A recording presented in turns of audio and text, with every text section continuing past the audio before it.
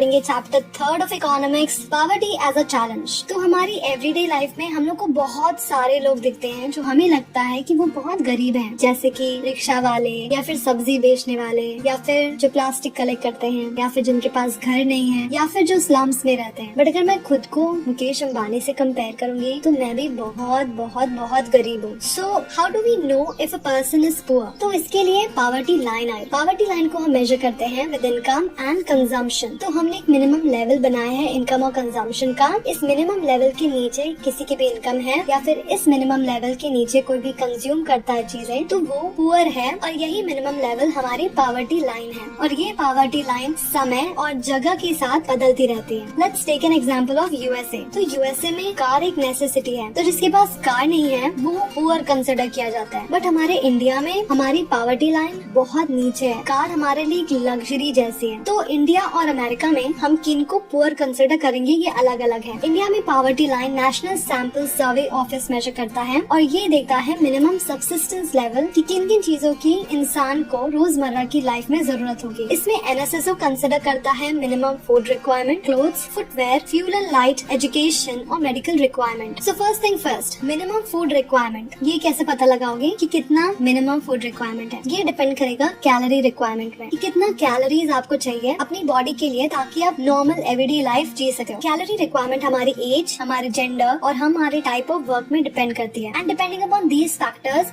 हमने average calorie requirement निकाली है अर्बन और रूरल एरियाज की। तो अर्बन एरियाज में हर आदमी को हर दिन एटलीस्ट 2100 कैलोरीज खानी चाहिए और रूरल एरियाज में 2400 calories per person per day. Now you will be like ये रूरल एरियाज में ज्यादा क्यों है? इट्स बिकॉज रूरल एरियाज में people have to do more work compare to urban areas, इसलिए रूरल एरियाज में कैलोरी रिक्वायरमेंट भी ज्यादा है। तो हम इन सब चीजों की वैल्यू रुपी फॉर्म में कन्वर्ट करेंगे, तब हमें पता चलेगा कि कितना रुपया जरूरी है अर्बन एरियाज और रूरल एरियाज में रहने के लिए। तो इसके हिसाब से अर्बन एरिया में पर पर्सन को 1000 रुपए हर महीने चाहिए मिनिमम सस्टेनेंस के लिए और रूरल एरिया में 816 रुपीज पर मंथ चाहिए मिनिमम सस्टेनेंस के लिए। और अगर हम ये 5 मेंबर की फैमिली की बात करें तो अर्बन एरिया में उस फैमिली को 5000 रुपए चाहिए मिनिमम सस्टेनेंस के लिए और अगर कोई रूरल फैमिली है उसको 4080 रुपए चाहिए मिनिमम सस्टेनेंस के लिए। आई नो ये बहुत कम है but you have to know the reality. लोग इससे भी कम में अपनी जिंदगी गुजार रहे हैं। पॉवर्टी हमें 2 तरह की दिखती है हमें इंडिया में, अर्बन पॉवर्टी और रूरल पॉवर्टी। अर्बन पॉवर्टी में आपके डेली वेज अर्नर्स या फिर रिक्शा वाले आ गए और रूरल पॉवर्टी में लैंडलेस फार्मर्स। तो पॉवर्टी चाहे अर्बन हो या रूरल, कुछ चीजें दोनों में कॉमन है, जैसे कि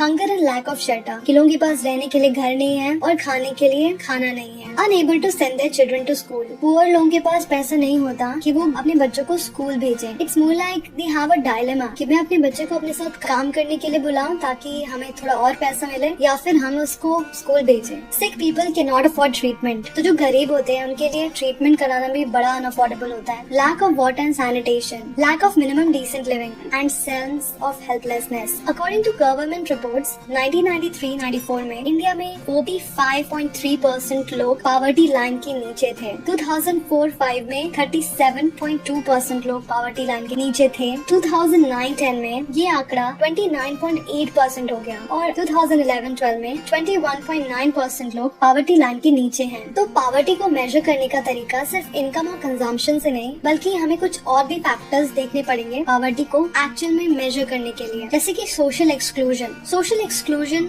इज समथिंग कि हम लोग ने लोगों को बांट दिया इन रिच एंड पुअर कैटेगरी। अमीर लोगों के रहने के लिए अलग जगह एंड गरीबों के लिए अलग जगह। इसका बहुत नुकसान होता है क्योंकि रिच एरियाज में जो फैसिलिटीज होती हैं ये पुअर लोगों को नहीं मिलती, जैसे हॉस्पिटल्स हो गए या स्कूल्स या फिर पानी की कमी। तो social exclusion is both a cause as well as a consequence of poverty. Second is vulnerability. Vulnerability में हम मेजर करते हैं कि किन लोगों की ज्यादा प्रोबेबिलिटी है पुअर होने की इन द कमिंग ईयर्स, उनको हम लोग वल्नरेबल कहेंगे। नेक्स्ट हम लोग देखते हैं कि इंडिया में स्टेट वाइज हमारी पॉवर्टी लेवल क्या है, इंटर स्टेट डिस्पैरिटीज। उसके पहले we need to know one thing कि हेड काउंट रेशियो क्या होता है। Head count ratio is proportion of a population that exist और lives below the poverty line, यानी कि पॉपुलेशन में कितने लोग पॉवर्टी लाइन के नीचे रहते हैं। इंडिया में 2011-12 के अकॉर्डिंग एज वी नो ये था 21.9%। तो कुछ स्टेट्स हैं जहाँ पे पॉवर्टी लेवल और इंडिया हेड काउंट रेशियो से भी ज्यादा था। ये स्टेट्स हैं उत्तर प्रदेश, बिहार, मध्य प्रदेश, उड़ीसा एंड असम। बट कुछ स्टेट्स ऐसे भी हैं जहाँ पे poverty level all India head count ratio से कम था, जैसे केरला, तमिलनाडु, आंध्र प्रदेश, महाराष्ट्र, गुजरात एंड वेस्ट बंगाल। तो ये तो रही इंडिया की बात। व्हाट अबाउट वर्ल्ड लेवल पे वर्ल्ड बैंक पॉवर्टी मेजर करता है। वर्ल्ड बैंक की रिपोर्ट के अकॉर्डिंग 1990 में 36% लोग गरीब थे और 2015 में 10% लोग गरीब है। I can see a drastic change. तो वर्ल्ड के अलग अलग पार्ट्स में पॉवर्टी में काफी रिडक्शन हुआ, जैसे कि सब सहारन अफ्रीका में 2005 से लेकर 2015 तक ऑलमोस्ट 10% का पॉवर्टी रिडक्शन हुआ। लैटिन अमेरिका में सेम टाइम में 6% पॉवर्टी रिडक्शन हुआ, वहाँ पे सिर्फ 4% लोग गरीब हैं। बट मोस्ट इम्पोर्टेंटली चाइना में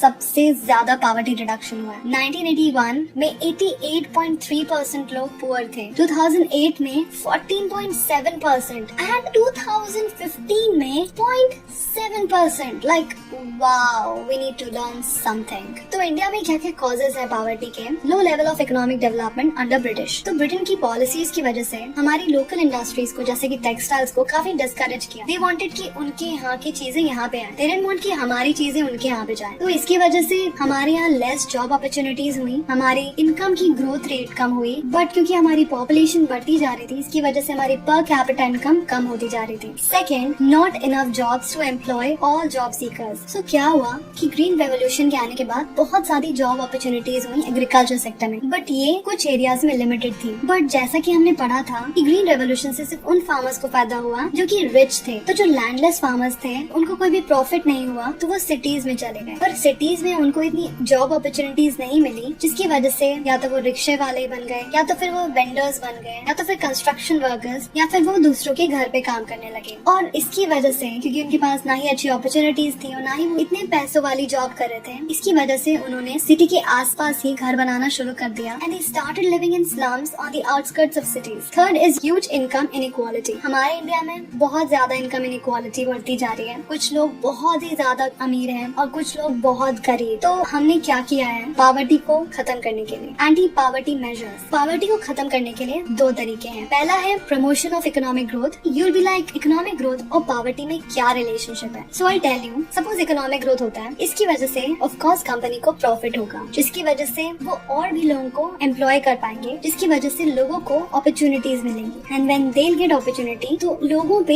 इन्वेस्टमेंट होगा in the form of education and health, and जिसकी वजह से पॉवर्टी खत्म हो जाएगी। Second is targeted anti poverty measure. तो बहुत सारे प्रोग्राम्स लाई है गवर्नमेंट पॉवर्टी को जड़ से खत्म करने के लिए। इनमें से पहला है Mahatma Gandhi national rural employment guarantee act 2005। तो इस एक्ट के अकॉर्डिंग 100 दिन का वर्किंग डेज मिलेगा to every household in rural areas. और इस एक्ट में 1/3 ऑफ द सीट्स वुमेन के लिए रिजर्व थी। मनरेगा सस्टेनेबल डेवलपमेंट के लिए भी काम करता है in the areas of drought, deforestation और सॉइल इरोजन। नेक्स्ट हमारी स्कीम है प्राइम मिनिस्टर रोजगार योजना। ये लॉन्च की गई थी 1993 में और इसका एम था to create self employment opportunities for rural educated unemployed. हमने पढ़ा था एजुकेटेड अनएम्प्लॉयड क्या होता है, और ये सेल्फ एम्प्लॉयमेंट अपॉर्चुनिटीज मिलेंगी स्मॉल बिजनेस या फिर इंडस्ट्रीज लगा के। नेक्स्ट जिस स्कीम की हम बात करने वाले हैं वो है स्वर्ण जयंती ग्राम स्वरोजगार योजना, जो कि 1999 में लागू की गई थी। और इस योजना का एम था लोगों को पॉवर्टी लाइन के ऊपर लाना with the help of self help groups, bank credit और